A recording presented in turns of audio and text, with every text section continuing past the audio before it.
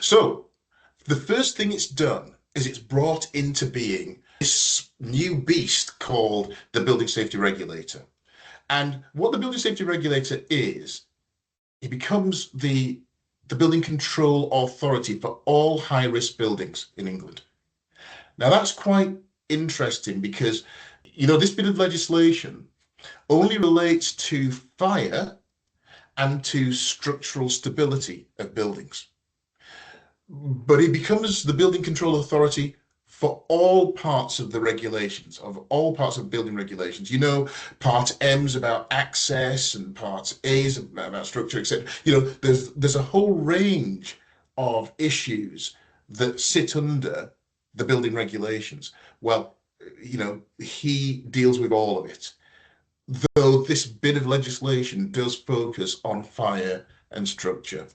So just understand that. And if your building is more than 7 stories high, or 7 stories or more, or 18 meters or more high, then you don't have a choice.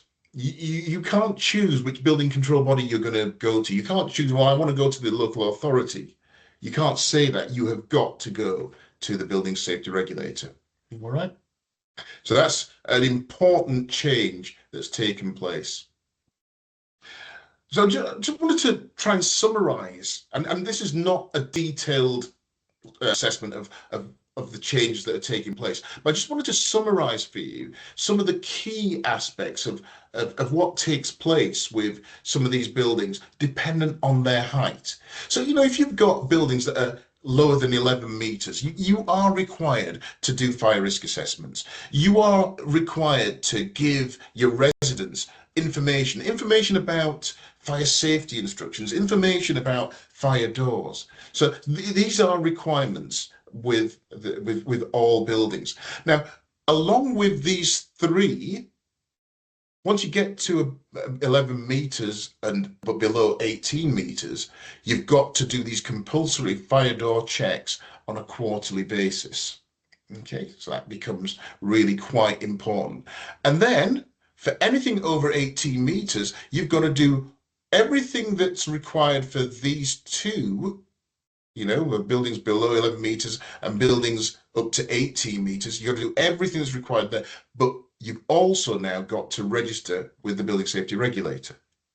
You've got to make sure that the design of the materials that are used in external walls complies with the new Regulation 7, which basically says it's got to be non-combustible materials in the walls. This is new builds. Okay, and I'm always at pains to try and explain to people that the law does not say if you've got an existing building that is made of materials in the external walls that has some combustible materials in it, there is no requirement to take out all of those combustible materials. It's only if the risk to life safety is such that someone's life could be in danger. That's when you need to mitigate, and that's why you may need to do cladding rework. But there's no blanket rule that you're going to remove all combustible material from external walls. That's not what the government says.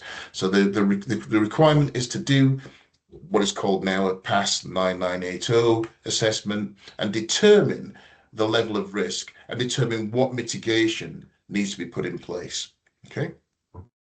The next thing, and then number 7 on this list, that is required is golden thread information. Now, I'm not going to go into that right now because I'll be picking that up a little bit later in the presentation. But this term golden thread comes up quite a bit in this legislation, and that requirement to make sure that your fundamental and basic information about each building is kept electronically by the owner and that person with control over the building.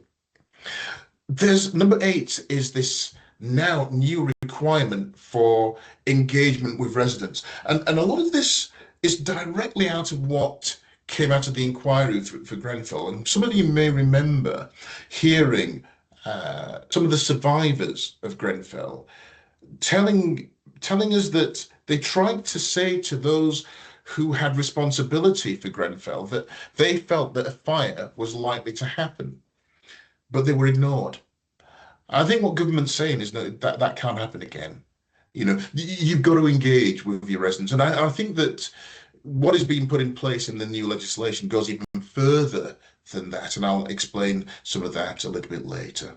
It's about making sure that people can escape from the building with their lives. And so there's going to be this requirement for lifts, passenger lifts and fighting lifts and firefighting equipment, just to make sure that there is the ability to deal with events like Grenfell so that we don't have that sort of thing happening again.